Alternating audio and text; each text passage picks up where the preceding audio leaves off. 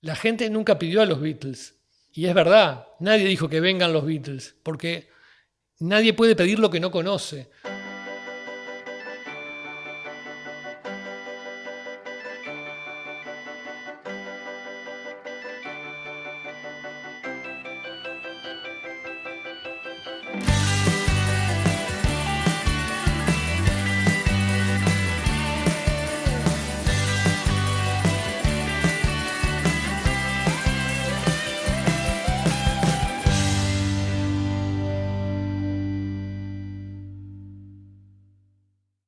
Primero, un podcast de preguntas simples a buenas personas. Hoy estoy con Leo, estoy muy contenta porque era un episodio que quería grabar hace tiempo, compartir un rato con él. Leo Abercorn es una muy buena persona y periodista, y lo digo en este orden a propósito, porque me parece que está bueno, primero que todo, ser buena persona, y después viene el resto, y podría así decir en qué medios trabajaste o en qué estás ahora, o cuántos libros tenés publicados, cuántos premios ganaste. Sin embargo, vamos a enfocarlo por otro lado. Yo creo que cuando alguien sabe que del otro lado hay una buena persona, eso es lo que vuelve atractivo el trabajo y el decir, bueno, me quiero acercar a ver qué es lo que hace, de qué va su profesión. Leo tiene muchas cualidades. Voy a empezar por una, que es la generosidad.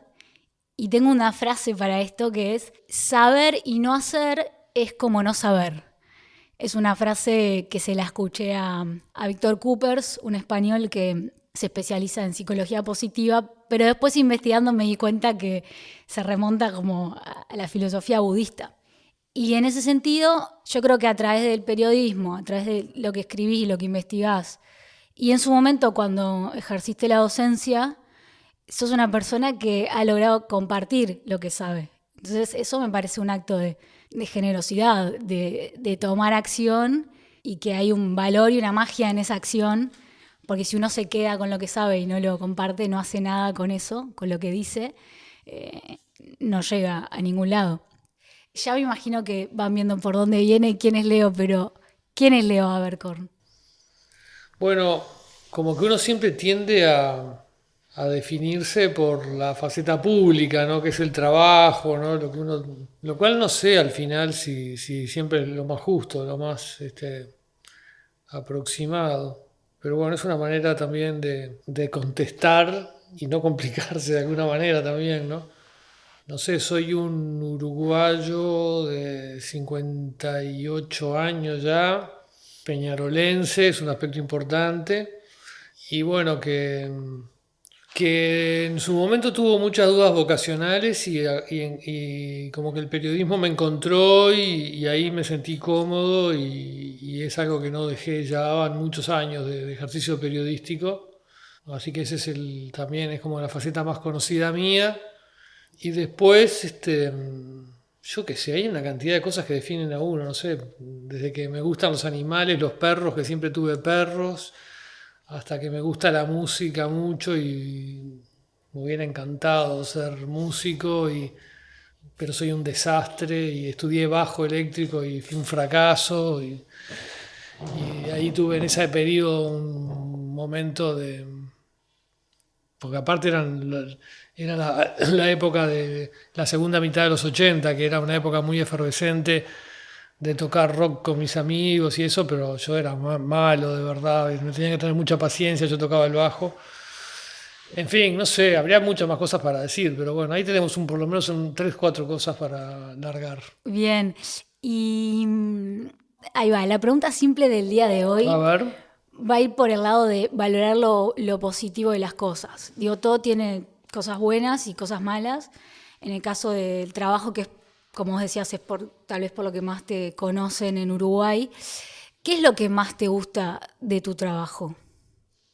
Hay varios periodistas que se han referido como a ese punto, pero bueno, para decirlo con mis palabras y no con las de otros, lo que más me gusta es voy a simplificar, ¿no? A veces no pasa de esta manera, pero bueno, en general, día a día, vos te sumergís en realidades que siempre son distintas, porque un día de repente tu tema es un avance científico que va a mejorar, determinado cultivo de determinada planta, entonces hablarás con científicos que se dedican a la botánica o con agricultores, y otro día de repente es una manera distinta de enseñar, no sé, a escribir o a leer, y hablarás con docentes y con lingüistas. Entonces vos es un oficio, una profesión muy poco rutinaria y que permanentemente te pone en contacto con gente y realidades que no conocías y de las cuales vas aprendiendo. Entonces, esa sería lo más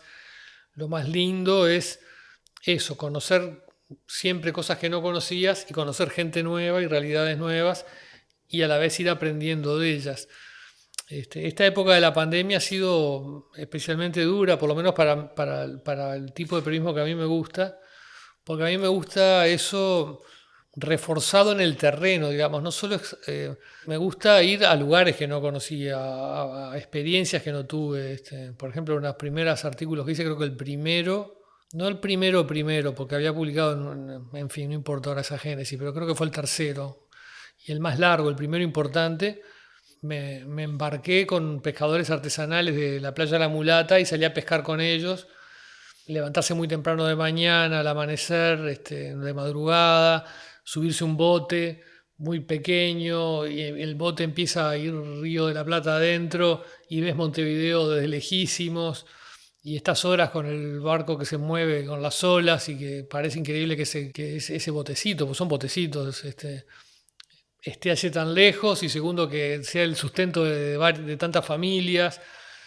Entonces, bueno, entonces eso de conocer gente nueva y experiencias nuevas siempre me gustó en el terreno, es decir, en estar con gente en lugares distintos, cosas nuevas, más nuevo.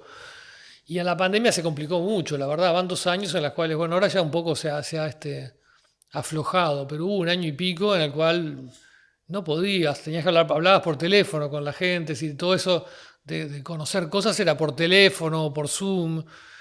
Y claro, no es lo mismo, ¿no? Para lo que me gusta del periodismo fueron años duros, digamos, ¿no? Pero bueno, de a poco, por suerte, se está retomando eso de poder ir hacia otro, conocer otro de otra manera, digamos.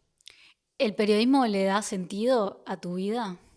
No, yo diría que no, me gusta mucho, no me arrepiento de haber seguido este rumbo, pero creo que el sentido profundo me lo da la familia, mi hija, mi mujer, mis padres, mi hermano, mis sobrinos, mis amigos, mi perra, en fin, me gusta mucho lo que hago, es parte importante de mi vida. Todos estos que nombré ahora me dirán, está, sí, pero ¿cómo nos quitas tiempo por el periodismo? Porque si tan importantes somos nosotros, ¿por qué te encerrás a...?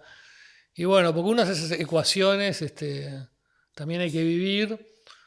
También soy muy obsesivo del estándar de calidad que me autofijo, digamos. Entonces a veces quizás termino dedicándole más tiempo del que se espera, por ejemplo, porque quizás no se espere que le dedique ese tiempo. Pero bueno, el sentido de la vida, primero no lo tengo, y es algo en el cual pienso bastante, digamos. Es un misterio, y a veces cuando me obsesiono mucho digo, bueno, pero mirá a tu alrededor. En el fondo, ¿cuántos hay de los que estás viendo pasar por la calle que tampoco lo sabes, es decir, que tampoco llegó? ¿Y cuántos filósofos de los mejores o hombres de inteligencias muy superiores a la tuya tampoco llegaron a una respuesta? Entonces ahí me tranquilizo un poco y digo, bueno, no estás solo en esa búsqueda, así que el sentido definitivo no lo tengo. Es decir, a veces pienso, todo esto que nos enfrascamos en estas discusiones terribles, políticas, partidarias, a veces también en el terreno del periodismo, todo va a ser olvidado, todos nos vamos a morir, no va a quedar ninguno de todos nosotros. Y a veces uno se pregunta cuál es el sentido de toda esta vehemencia. Y bueno, sí, son preguntas que me asaltan, no tengo ninguna respuesta. A veces siento que el que es creyente, que no sé si lo sos, Bueno, pues esa me sería puede salir, me sale el periodista cada rato y pregunto. esa sería una buena pregunta. ¿En qué Esa, crees? Calculo que tal vez lo relacionaste a lo religioso, claro. pero bueno, porque uno puede creer No, pero por eso, en hacer terapia, por ejemplo. claro, pero el que tiene que cree en Dios y en una religión, Y entonces ahí tiene un sentido explicado, porque la mayoría de las religiones explican un sentido de la vida. Ahora, yo no soy creyente, soy agnóstico, y bueno, entonces estás medio como, te sentís como más desamparado, si estás a solas con tu conciencia. En los momentos duros o en los momentos de duda, siento que el que es creyente está como más arropado, más tiene una contención ahí. Nosotros no sé, yo no, y una cantidad como yo tampoco. Pero bueno, uno no puede forzarse a creer. Entonces, no, en las religiones, así como cosa, como instituciones y con toda una creencia estructurada, no creo. No, no creo. ¿Qué voy a hacer?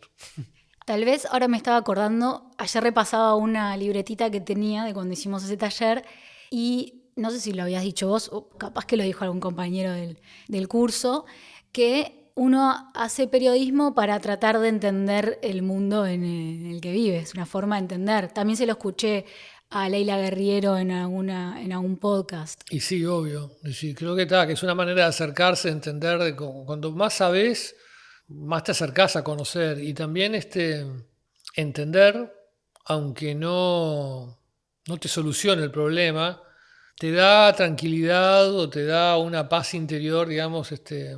Lo pensé mucho en esos tiempos de la pandemia, ¿no? Es decir, ¿por qué queríamos saber tanto de cómo funcionaba el virus? ¿Por qué queríamos saber tanto? Bueno, porque entender te ayuda también primero a manejarte, pero segundo también bueno, a saber por qué te pasan las cosas y por qué estás encerrado. No es lo mismo estar encerrado cuando vos entendés por qué y tiene un sentido que estar encerrado. A comienzos de la pandemia me acuerdo que trajimos en el programa de televisión en el que trabajo, en Desayunos Informales, a un historiador de la medicina y el retrato que hizo de la epidemia de fiebre amarilla o de gripe española, no me acuerdo, acá en Montevideo, fue terrible porque la gente no sabía por qué le pasaban las cosas que pasaban y no sabía cómo manejarse. Y bueno, es muy distinto, digamos, en ese sentido entender ayuda, ¿no? Sí, como que desafió también nuestra capacidad de adaptación. Vos lo decías hoy en el periodismo, hay ciertos elementos o cosas que hay que hacer, trabajo de campo ahí de pico y pala, y que con el encierro se vio Claro, afectado. se veía afectado. Sí, exactamente. Porque todo oficio tiene, eso es algo que a veces, bueno, cuesta entender a la gente más joven, así cuando daba clases, y bueno, porque hay gente que te decía, bueno, yo quiero ser periodista de cultura y voy a comentar cine. Pero bueno, a veces quizás si quieras vivir de eso, también tengas que en algún momento un poco flexibilizarte y hacer algunas otras cosas, porque si no, no vas a tener la posibilidad de tener ese lugar de... A veces no se entiende, o bueno, hay gente que apuesta por el proyecto maximalista y a veces le da resultado, entonces bueno, también es legítima la opción de cada uno. Pero bueno, a veces en el periodismo, por ejemplo, a mí me ha tocado hacer cosas que no estaban en el plano de mi máximo interés, o en el esquema del periodismo que más me gusta, pero bueno, primero hay que tener un sueldo, segundo hay que también, lo entiendo que a veces hay que hacer, siempre y cuando no te violente las cuestiones éticas o no sea, es decir, me refiero a lo que te gusta, nomás solo a una cuestión de gustos. Por poner un ejemplo, en dos periodos de mi vida me tocó ser cronista sindical. Y si bien no tengo nada contra los sindicatos ni nada, bueno, pero implicaba, por ejemplo, coberturas de muchas asambleas, de muchas reuniones de la mesa representativa del PIT-CNT, muchas horas de que estás encerrado en un lugar, que oís discursos, que después los transcribís. No era exactamente lo que más me interesaba, pero bueno, también era una manera, una de ganarse la vida, otra de mantenerme en el periodismo. Y tampoco era algo que odiara, es decir, también tenía el atractivo de que también conocía gente, también conocía realidades, solo que, bueno, me gustaba más embarcarme con unos pescadores y contar cómo era la jornada de un pescador artesanal embarcado en un botecito a 3 kilómetros de la costa, pero bueno, no siempre se puede hacer exactamente lo que más le gusta a uno. Exactamente. ¿Y cómo cuando sí podés hacer exactamente lo que te gusta o lo más cercano a lo que te gusta, cómo elegís los temas? Y la verdad que hace bastante que no hago exactamente lo que más me gusta. Por ejemplo, yo te pongo un ejemplo. ponele hace unos meses, un diario publicó una nota con consiguieron los datos, fue el diario El País, cuáles eran los liceos públicos que habían tenido mejores promedios académicos de sus estudiantes y cuáles eran los que habían tenido peores. Y eso se medía por la cantidad de repetición y la cantidad creo que el promedio de las notas, no me acuerdo si era solo el promedio de las notas o promedio y cantidad de repetición.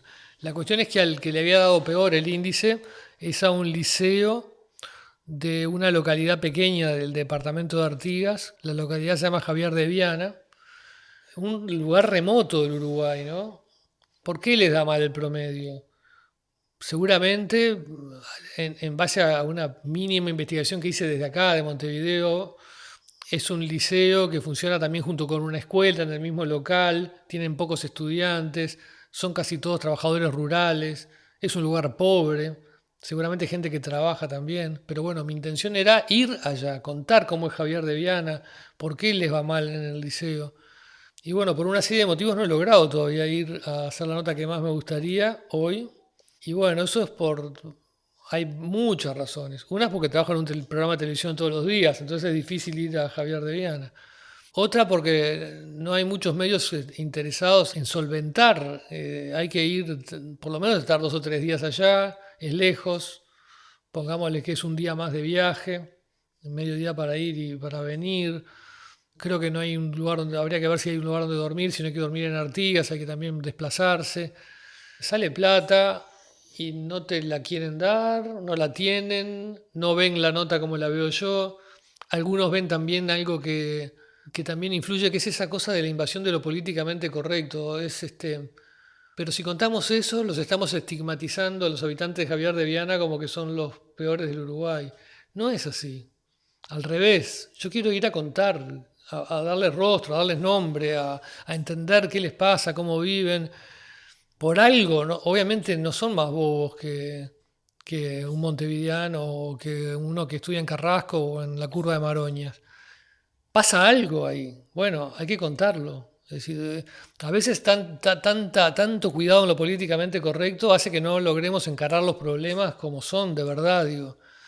Pero bueno, entonces, sí, mi nota ideal hoy es irme una semana ahí y después tener una semana para escribirlo, por lo menos, escribirlo bien, porque voy a traer muchos apuntes, muchas grabaciones, muchas fotos. Y bueno, entonces en mi carrera he oscilado en momentos que he podido hacer esto, momentos que no he podido, momentos en que he logrado ubicar los huecos, y más últimamente como esos huecos son como estas cosas, las tengo que hacer, que me gustan, por la mía, en fines de semana, o en horas de la madrugada, o quitándole tiempo a todas las cosas que dije que eran las que más me definían. Entonces terminan en formato libro, porque es como donde vos te podés manejar, entonces vos tenés los plazos que vos querés, lo haces cuando vos querés, pero no es lo mismo, porque no podés hacer un libro sobre el Liceo de Javier de Viana, pienso en primera instancia, que tampoco lo razonable, lo que pienso sin haber ido, porque capaz que vas y es un libro, pero en primera instancia lo que pienso es que es una nota larga en un medio de comunicación, que tiene que tener, si hubiera una buena revista en Uruguay, no sé, 4 o 5 páginas de revista, y en los periódicos que tenemos, de repente 3 páginas, algo así. Entonces es difícil porque no lo puedo hacer en el formato libro, no sirve tampoco. Entonces, bueno, en fin, son cosas que... Mirá que mi cabeza va mucho por eso y trato de mantener el sano equilibrio entre no bajar lo que son mis banderas y mis ambiciones y lo que yo entiendo que me gusta y, bueno, seguir haciendo el trabajo que me permite mantener mi familia, seguir siendo periodista. Hay muchos periodistas de mi edad que ya han quedado por el camino, la verdad, es decir, somos pocos los que seguimos adelante, porque bueno, hay muchas circunstancias que complican, en fin. Entonces, bueno, creo que la voy a hacer, porque por algo la tengo en mente, ahora que la dije, posiblemente a alguien se le ocurra hacerla, y bueno, si alguien toma la bandera y me gana, me arriesgué acá y no pasa nada, digo, pero me parece que es una nota que hay que hacer, me parece insólito que no se haya hecho. Ahí, bueno, digo varias cosas. Una, también ayer te escuchaba que en un momento trabajaste para una publicación como gastronómica, entonces hiciste un artículo sobre el boldo, pero este artículo en realidad lo habías tomado de Clarita Beremont, que había empezado sacó el tema, puso el tema sobre En la Radio mesa. Sarandí, sí, exacto. Entonces, cuando vos dijiste, bueno, voy a como profundizar en esto, le comentaste a ella a ver si te daba como permiso, si podías. Claro. Así que por favor, si alguien está escuchando y se le ocurre hacer la investigación sobre el promedio escolar y va a Artigas, pídanle permiso a Leo o háganla en conjunto. Tengan ahí un poquito de ética profesional. Lo otro, toda esta reflexión que hacía sobre el proceso periodístico, yo la comparto y me parece muy valiosa. E invito a que si alguien no está escuchando, que tal vez tiene otra profesión, no sé qué es, bailarín, ahora se me ocurre eso porque vengo como de ahí, o administrativo, o trabaja en un súper, en cualquier trabajo que tenga, que se haga esas preguntas de si no está haciendo algo que le gustaría estar haciendo, bueno, cómo puede encontrar la forma de hacerlo pese a que no estén dadas las circunstancias, como que trascienda un poco en sí que esto es una nota periodística. Y cada cual, si puede hacerse esas preguntas, capaz que descubre o logra destrabar cosas que en este momento no está pudiendo hacer. Y después también Igual cuento una para que no quede como que vivo Contá. frustrado. Por ejemplo, este año pasó que tenía un contacto con un suboficial de la Armada que había hecho una serie de denuncias de corrupción en la institución que se habían comprobado en la justicia. Es decir, había habido gente procesada por sus denuncias, pero en realidad, a pesar de que se habían comprobado las denuncias, él dentro de la institución había quedado como marcado como una persona como problemática o porque había denunciado cosas y lo tenían en un pueblo olvidado, alejado de toda responsabilidad, incluso hasta se tenía que pagar su propia cuenta de teléfono, es decir, no tenía un teléfono, es decir, si él tenía que denunciar algo que pasaba a la institución, él tenía que usar su propio teléfono, una cosa. Era una nota interesante. El pueblo donde estaba esta persona es la localidad de Baigorria, en Durazno, que es un destacamento de muy poca importancia de la Armada, en el embalse de Rincón del Bonete. Y siempre estuvo la posibilidad de hacer la nota contando todo esto a través de, bueno, hablar por teléfono. Estaban las actas del juicio, al que él había ganado, estaban los procesamientos de los que habían sido procesados, estaba todo. Y yo sentía que yo tenía que ir a Baigorria y ver dónde estaba y que era importante. Y en ese caso salió la nota, fuimos a Baigorria, sacamos las fotos, contamos cómo era y realmente era importante porque eso daba idea de el castigo, entre comillas, al cual estaba siendo sometido sin estar castigado en realidad.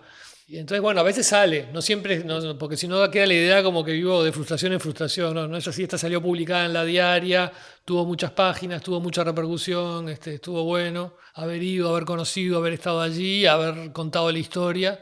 Entonces, bueno, hay buenas y hay que balancear. A veces te dan, a veces no, a veces hay que pelearlas más. Pero quería acotar eso porque si no quedaba como que no me sale ninguna, digamos. claro, no, para nada, No, no. exactamente. Y también relacionado a todo esto, y hoy que hablábamos de Martín Caparrós, bueno, él se fue del New York Times, lo dijo porque sentía que no podía escribir lo que quería, le decían a veces lo que tenía que poner, le recortaban palabras, y decía, las letras góticas que tienes serán muy lindas, pero yo me voy. Fundó un blog que se llama Cháchara, y hace poco leí un artículo donde él compartía una especie de lectura que dio para estudiantes de periodismo en una entrega de diplomas de un máster de periodismo del diario El País. Entonces decía, bueno, ¿qué le voy a decir a estos jóvenes estudiantes que pudiendo elegir una carrera eligieron ser periodistas? Y entre todos los apuntes que hace, uno habla sobre la crisis en el periodismo, que él más bien lo define como la crisis sobre una forma de hacer periodismo. Porque dice, bueno, los medios tradicionales, como el propio diario El País del siglo XX, durante mucho tiempo se postularon como centros de verdad y de confianza, hasta que surgieron nuevas herramientas, nuevas formas de tener que hacer periodismo y empezaron a buscar cómo redefinir su lugar. Y en ese afán de hacerlo, dejaron de serlo y dijeron, bueno, el periodismo está en crisis. Y en realidad él dice, no, el periodismo no está en crisis. Lo que está en crisis es una forma de hacerlo. ¿Qué forma te parece que es la mejor de hacer periodismo? El periodismo creo que está en crisis o una forma de hacer periodismo, como que hay varias crisis superpuestas.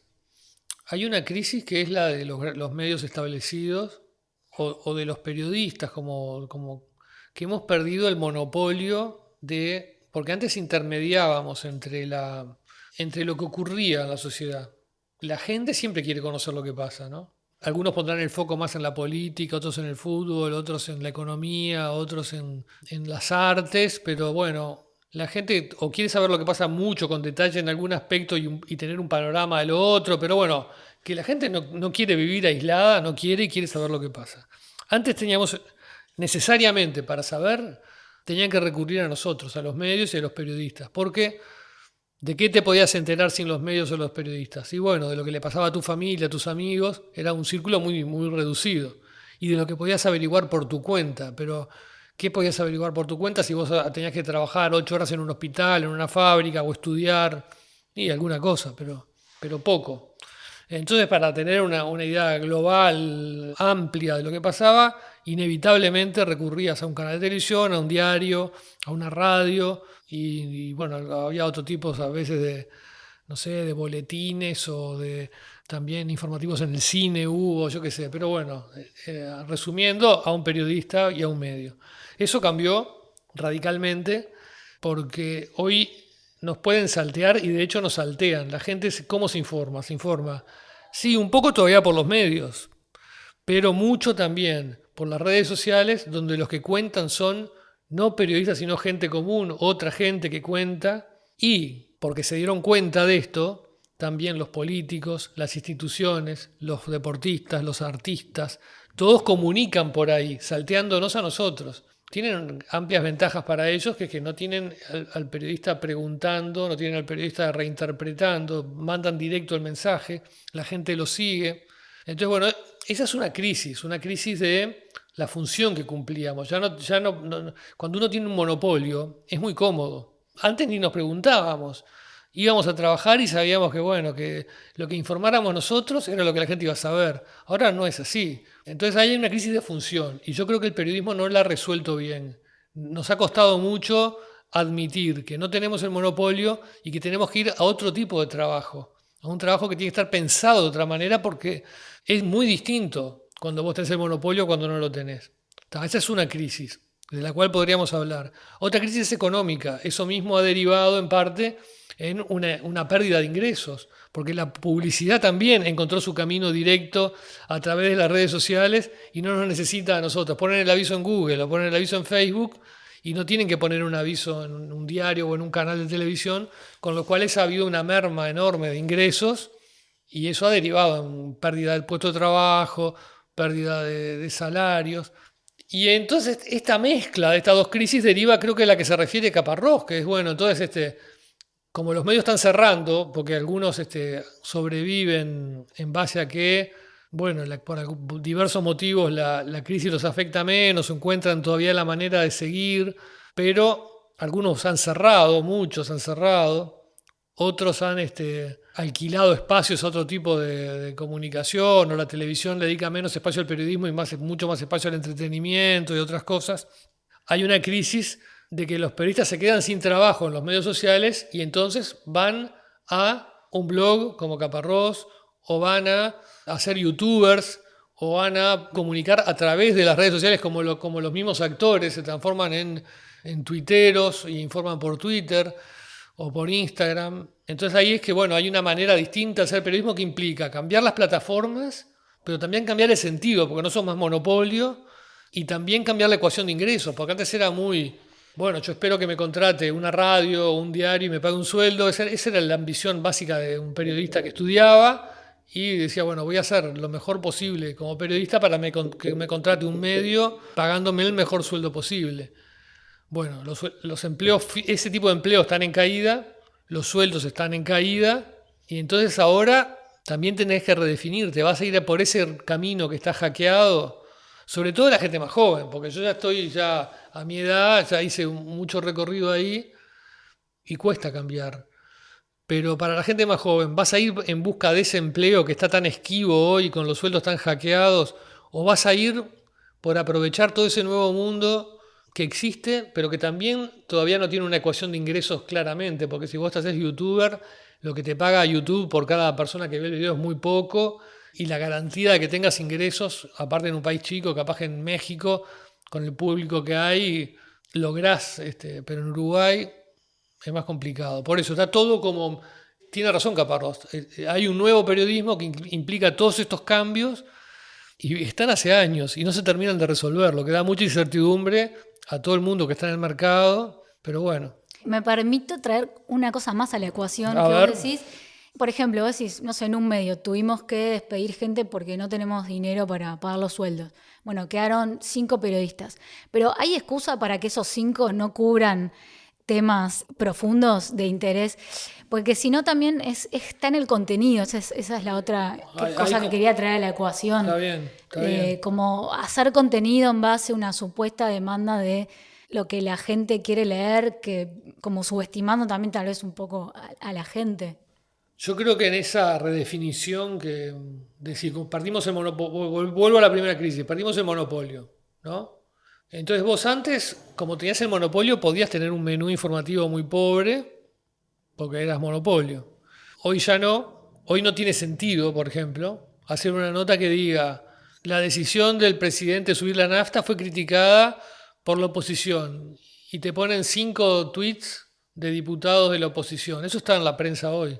¿Y para qué me haces esa nota si cualquiera tiene Twitter y ve los tweets directamente? Ya lo vieron. ¿Cuál es el aporte? Ninguno. Es decir, perdiste el monopolio con Twitter y tu nota es Twitter. 0 sentido, 0 aporte. Evidentemente vas a seguir desbarrancando, vas a seguir teniendo menos plata, vas a seguir teniendo... Es decir, entonces, ¿en qué competimos? Competimos en... se ha dado por el clic, porque te dicen, ay, ¿cuánta gente visita el portal y cuántos clics hacen? Sí, pero la gente hace clic en esa nota, ve que son 5 y ya lo cierra al instante, no sirve para nada. Yo creo que la pérdida de monopolio, para mí, tenemos que ir como a 2 terrenos que no estamos yendo. Una, ser muy profesionales en la veracidad y en el chequeo de la información. Es decir, las cuentas que son de periodistas o de medios no pueden errarle. Pueden llegar más tarde con la información, pero tiene que estar recontra confirmada, cosa que no ocurre. Pero es un servicio que vos le das a la gente que en Twitter o en Facebook ve tanta cosa y tanta cosa falsa. Ahora lo estamos viendo con la guerra, que hay tanta propaganda de los 2 países que están en guerra, digamos, o Rusia que invadió Ucrania, en fin, que nosotros tenemos que ir a la información corroborada. Esa es una. La otra es la información profunda. Es decir, hacer un trabajo de calidad que la gente que comunica no está en condiciones, porque la gente te puede decir, no sabes qué lío se armó hoy en donde yo trabajo en el CASMU, volaron las sillas, había gente que gritaba, porque no sé, porque hubo un paro y porque los médicos dejaron de atender y porque se multa, no sé, todo un escándalo. Eso te lo cuenta alguien y hasta puede filmar un video y lo sube, ¿no? Pero esa persona que está comunicando, bueno, no es periodista, tiene trabajo, tiene que atender a sus hijos, vive de otra cosa, no está entrenada y no tiene tiempo y comunica lo que vio, pero la razón de fondo, ¿por qué la mutualista está en crisis? ¿Por qué hay lío? ¿Quién gobierna la mutualista? ¿Cómo llegó a las elecciones? ¿De dónde es la crisis? ¿Dónde nació el déficit? ¿Por qué la plata que se paga tanto, ticket, esto, lo otro, no alcanza? ¿Cuánto ganan en promedio los trabajadores? ¿Quién gobierna el sindicato? Hay tendencias en el sindicato, ese paro fue porque quién lo decidió, cómo lo decidió, todo eso que es mucho más complejo, eso es lo que tenemos que hacer nosotros los periodistas. No subir el video que filmó un usuario y poner un tweet que puso alguien en Twitter y eso es la nota. No, eso ya está. Estás reproduciendo al que te ganó. Vos lo que tenés que hacer es un periodismo mucho más profundo, mucho más inteligente, mucho más complejo, que es lo que la gente no puede hacer. Pero bueno, no se entiende, lo que hacen es reproducir tweets o notas muy básicas y bueno, y este elemento que vos decís, ¿no? ¿Qué es lo que quiere la gente? Entonces reproducen, no sé, lo que ellos creen que quiere la gente o lo que una encuestadora les da. Yo tengo un amigo que siempre dice, la gente nunca pidió a los Beatles. Y es verdad, nadie dijo que vengan los Beatles, porque nadie puede pedir lo que no conoce. Entonces acá hay una ecuación en que le dan a la gente lo berreta, y dicen, ay, la gente pide lo berreta. Pero si hace cuánto que no haces un programa de televisión que tenga investigación periodística, ¿quién lo va a pedir hoy si no hay un programa periodístico en televisión que vaya no a entrevistar a alguien, sino a hacer una investigación de campo, de temas profundos o mostrar temas complejos? Hay algunas cosas, no quiero desmerecer a las pocas cosas que se hacen, pero bueno, hay poco. ¿Hace cuánto que no hay un espacio cultural en la televisión, un programa que hable de cine, de libros? La gente no va a pedirlo, la gente nunca pidió a los Beatles. Sí, quería relacionarlo con, también la escuché a Leila Guerriero que ella a veces decía, porque está bien, por ejemplo, está la guerra entre Rusia y Ucrania. Entonces, es normal que todos los medios quieran tener esa información en su, no sé, o en sus portadas o en alguna parte de la publicación. Entonces, están las dos opciones, o busco un tema que nadie haya investigado y me meto por ahí, o busco un tema que esté sobre el tapete, pero trato de darle otro ángulo, de ser creativo. Entonces también invito a, la idea es siempre trascender, cualquier persona que esté escuchando y tenga otro trabajo, a veces se pare un segundo y se pregunte, bueno, ¿y yo cómo puedo ser creativo en lo que estoy haciendo? Porque hay otros haciendo podcast, hay otros reponiendo las góndolas del supermercado, pero entonces, ¿cómo puedo hacer lo mismo que estoy haciendo, pero buscándole, no sé, otra mirada? Yo creo que vos, ahora que está la guerra entre Ucrania y la invasión rusa a Ucrania y la consiguiente guerra, y está la pandemia, ¿no? Y obviamente nosotros que vivimos en el Mercosur, todo lo que pasa en Argentina y Brasil, y nuestros vecinos influye mucho. Si vos haces un medio, no podés salir, que tu sección internacional sea los problemas de la salud en Malawi y una propuesta que hay en, no sé, en República Checa para que los medicamentos sean más baratos, porque la gente creería que eso es extraterrestre. Entonces vos, es una mezcla. Vos podés presentar temas nuevos y que no estén en la agenda y tenés la obligación de hacerlo, sobre todo cuando son importantes, ¿no? Por ejemplo, si esto de los medicamentos que hacen en República Checa fuera una cosa inteligente que asegurara que todo el mundo tuviera medicamentos gratis a un costo solventado de alguna manera ingeniosa que no nos habíamos dado cuenta que se puede hacer, está bien, es importante que vos lo cuentes porque podría servirnos. Pero inevitablemente vos no podés saltearte ni la pandemia, ni la guerra, la invasión rusa a Ucrania, ni Argentina y Brasil, no podés saltearlos del todo. Entonces ahí opera lo que vos decís, opera qué puedo hacer que no se haya hecho, cómo puedo hacer para hacerlo mejor, qué puedo hacer para que sea más entretenido también, porque el periodismo tiene la obligación de ser ameno, no tiene que ser una masa, es decir, lo que no tiene que ser es light, lo que no tiene que ser es frívolo.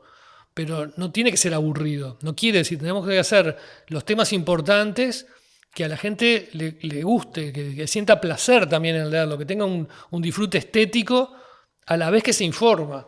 Entonces, bueno, ese es el desafío nuestro. Hasta cierto punto podés ir por lugares que nadie fue y tenés hasta la obligación de hacerlo en cierta dosis, porque si no estaríamos siempre hablando de lo mismo, tenés que presentar temas nuevos. Sí, que el entretenimiento esté como asociado a lo atractivo, ¿no? Porque hay temas Exacto. que, por su connotación, por su naturaleza, tampoco como espectadores, me parece que no hablaría bien de nosotros esperar que me entretengas con la guerra de Claro. Rusia y Ucrania, pero sí que me lo presentes de una manera Exacto. Que no sea me aburrido. dé ganas de Claro. leerlo o informarme sobre eso. Porque tenés la obligación ética, porque vos, ¿qué querés? Vos querés que la gente lea de la guerra, para que conozca el horror y todo lo que significa, todo lo que implica para la gente que la padece. Pero si vos lo haces de una manera rutinaria, si lo haces de una manera que termina aburriendo, no te van a leer. Entonces estás fallando a la obligación que tenés de que la gente de sí lea eso. Sí, yo la que hoy decía que tenés varias cualidades, que una que me gusta mucho es la generosidad por el tipo de material o conocimiento que compartís. Otra es la honestidad.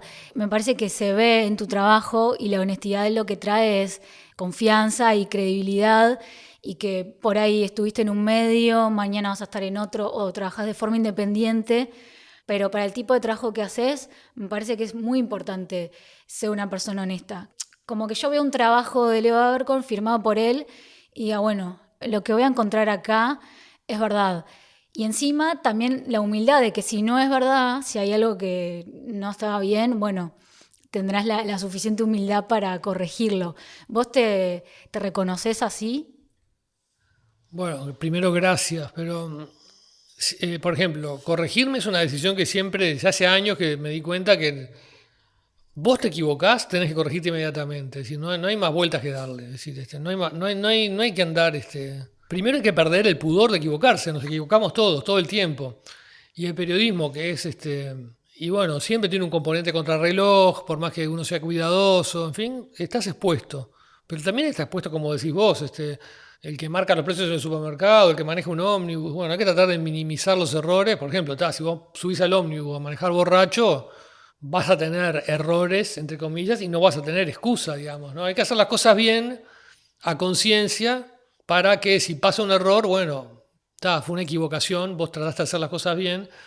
Y bueno, y cuando ocurre, que tiene que ocurrir las menos veces posible, porque si vos te estás corrigiendo todo el tiempo, perdés la credibilidad también, ¿no? Pero bueno, las veces que ocurre, que tiene que ser poco, porque si haces las cosas bien, tampoco te puede pasar que sean millones de errores, esas veces tenés que corregirte. Y si vos haces eso, y si los errores ocurren en una medida razonable, ¿no? Vas a ganar credibilidad. El otro día le decía a un compañero de trabajo que estaba consternado por un error que había cometido, que por supuesto se corrigió en cámaras, todo. Le decía, no te preocupes, saliste ganando. Si tuviste un error que se entiende por qué ocurrió, te corregiste, saliste ganando. Bueno, y en el tema de ser honesto, bueno, por supuesto que sí. Es decir, hay gente que cree que como periodista, ¿no? Sesgando una nota hacia cierto punto de vista, o por ejemplo dándole mucha difusión a un discurso y muy poca a otro, cree que va a incidir en quién es el nuevo presidente o quién va a ganar la elección. La ola pasa muy por arriba, es decir, ¿no? Yo, por ejemplo, trabajé muchos años en El País y veía como desde la página editorial eran todos los días 5 artículos criticando al Frente Amplio, y el Frente Amplio ganó las elecciones 3 periodos seguidos. Es decir, tus editoriales no inciden en la realidad en la manera que vos crees que inciden. Eso por un lado, ¿no? Pero por otro lado está, si uno es periodista, vos tenés que honrar tu profesión, tenés que hacer las cosas bien, más allá de que, vamos a suponer que incidiera, cosa que no incide tanto como la gente cree, pero aún si incidiera, vos tenés que hacer las cosas bien, tu función es contar lo que pasa, y tenés que contarlo bien. Por supuesto que hay matices, por supuesto que el cuento que haga yo no va a ser el cuento que hagas vos, porque cada uno va a tener su mirada, su manera de interpretar, pero si somos honestos intelectualmente, los hechos básicos van a ser los mismos. No puede ser que, ¿entendés? No puede ser que en un choque, en un relato chocaron 6 autos y murieron 10, y en el otro relato chocaron 2 y murieron 3. No puede ser. Los hechos son, es decir, hay una tasa de desempleo, hay un poder adquisitivo, hay una población de un país, hay un ejército que entró o no entró adentro de otro. Digo, los hechos, después puede haber distintos énfasis, es decir, distinto que vos pongas la mirada más en un punto que en otro, eso entra dentro de... Entonces, bueno, yo soy periodista, me gusta ser periodista, yo cuento los hechos, tengo mi mirada, tengo mi subjetividad, pero soy honesto intelectualmente por amor al periodismo, porque no tiene sentido ser periodista si no hacer política. Si vos querés incidir en el rumbo que toma la sociedad, bueno, hacé política, metete en un partido y trabajá para que tome ese rumbo. Si sos periodista, hacele honor a nuestro oficio, que es contar lo que pasa con las subjetividades que tiene cada uno, sí, pero aferrado a los hechos. Con la mirada, por ejemplo, capaz que a uno no le interesa ir a Javier de Viana y le interesa ir a la Antártida a hablar de pingüinos, o le interesa ir a Zona América y contar cómo tal o cual empresa exporta millones de dólares. Y bueno, eso es lo legítimo, cada uno tiene sus intereses, pero sin torcer la realidad. Sí, creo que es hasta más fácil, tal vez da más trabajo porque requiere más investigación, pero es más fácil contar la verdad Claro. que inventar Sí. algo que no. Y en tus gustos de películas, ahora sí viene la última pregunta, vos nos has recomendado también películas en el taller, una es Nixon vs. Frost. ¿Por qué recomendás esta película? Me gusta mucho esa película porque es un periodista que le fue mal de alguna manera, se había ido a Australia, creo, de Estados Unidos a Australia, donde había hecho una carrera relativamente exitosa, pero como conductor de programas de entretenimiento. Y él quiere volver a ser periodista, ¿no? Él tiene la ambición de volver a ser, no por el éxito, porque lo tiene, no por el dinero, porque lo tiene, sino porque extraña trabajar en el día a día, informando o teniendo importancia en su trabajo en el devenir de la sociedad. Entonces, bueno, él quiere volver así a ese plano y Nixon había dado una entrevista de su renuncia y entonces él la consigue la entrevista, quizás porque Nixon cree que va a ser un entrevistador fácil porque viene de ese mundo más light. Pero bueno, lo que me gusta mucho es cómo se prepara, la gran preparación que tiene para una entrevista y cómo finalmente logra que Nixon diga cosas que no había dicho nunca, digamos, ¿no? Y la película es muy buena en mostrar esa preparación y ese duelo dialéctico que hay en toda entrevista. Yo lo vivo mucho ahora porque Desayunos es un programa de entrevistas.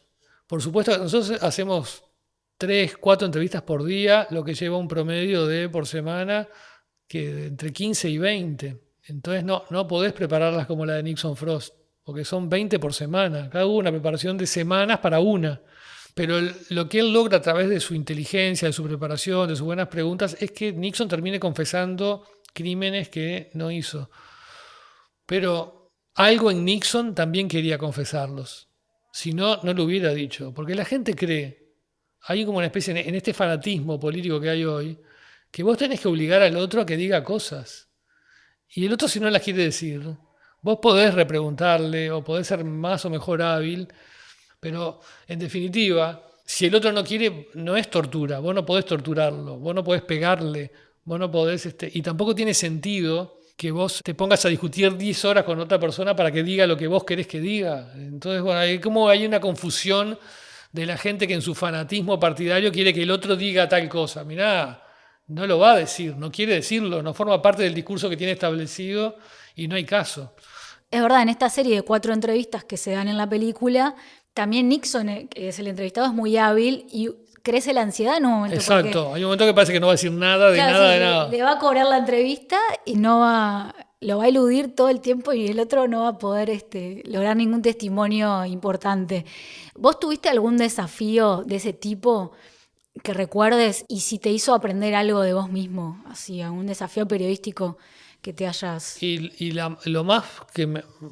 Lo que más me desafió fue cuando las entrevistas que le hice a Gavazo para el libro Gavazo sin piedad, ¿no? Es decir, realmente fueron muy complicadas, realmente sabía que me enfrentaba a algo muy complicado.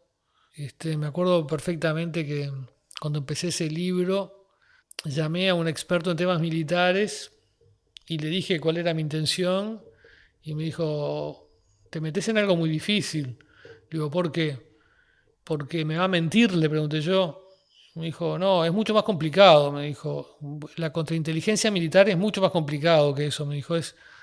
No es la mentira, es las medias verdades que conducen a callejones sin salida o a la mentira.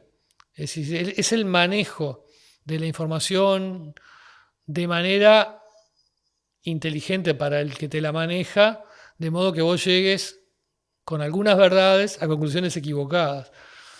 Y bueno, fue todo un desafío, fueron entrevistas que fueron muy tensas, todas en el hospital militar, que era donde en aquel momento Gavazo cumplía pena de prisión, estaba en prisión domiciliaria, pero la cumplía en... No, todavía no tenía prisión domiciliaria, estaba en prisión, supuestamente tenía que estar en Domingo Arena, pero por cuestiones de salud estaba en el hospital militar.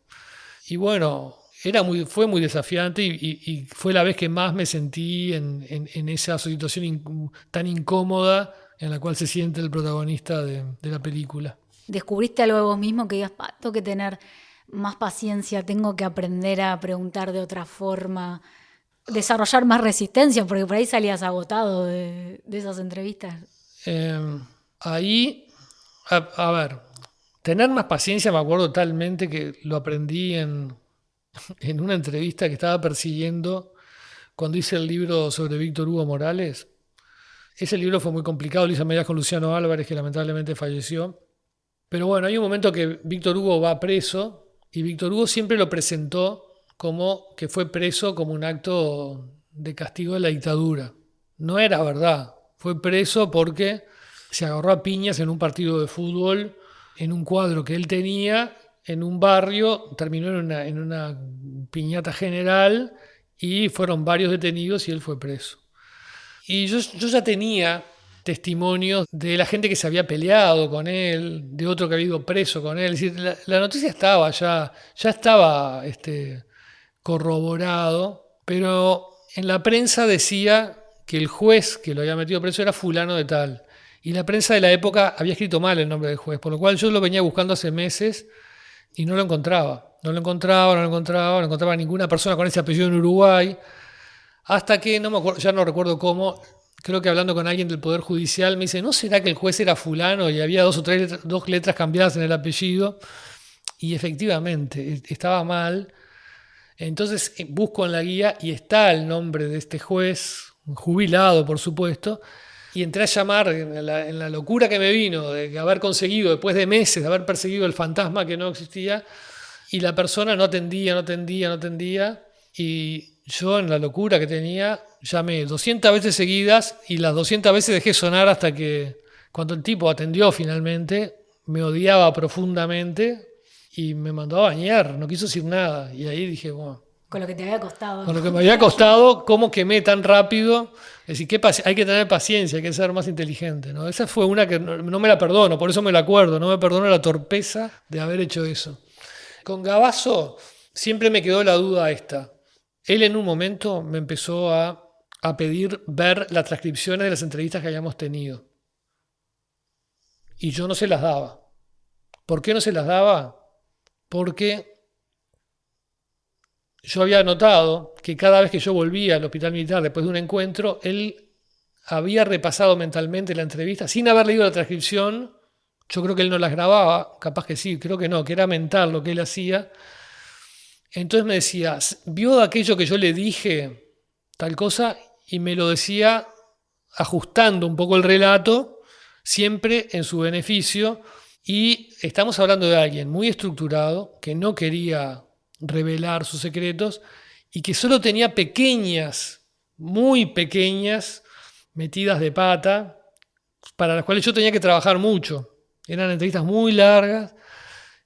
Y a la otra entrevista siguiente, él esas metiditas de pata las ajustaba. Si yo le mostraba las entrevistas, iba a ser mucho peor, porque iba a tener todo. Entonces, el emprolijamiento iba a ser. Entonces, yo no se lo traía. Y finalmente, él me dijo: bueno, no me trajiste las transcripciones, hasta acá llegamos. Lamentablemente, yo te iba a dar muchas entrevistas, pero no te voy a dar más. Estoy diciendo con mis palabras, ¿no? Y se cortó.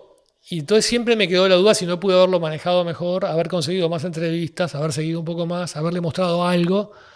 Pero bueno, en definitiva, las cosas fueron como fueron. Yo creo que hice lo correcto, pero la duda me queda, digo, la tuve en su momento, digamos. Bueno, le agradezco a Leo y quiero, si alguien nos está escuchando, que de repente puedan repasar y valerse de todas estas cosas que hablamos hoy, de qué pensar el trabajo de una manera positiva, qué nos gusta de eso, si no lo estamos haciendo, tratar de acercarnos lo más posible, hacerlo, honrar nuestro trabajo y que ojalá se nos presenten desafíos en lo que sea que hagamos. Y bueno, no nos quedemos con la duda y si la tenemos, sentir al final que hicimos lo correcto o lo mejor que podíamos haber hecho. Exacto, siempre hacer lo correcto y dar lo mejor de uno es lo que te deja la tranquilidad de conciencia después, que si no salió, y bueno, uno lo hizo, trató de hacerlo bien, si no salió, no salió.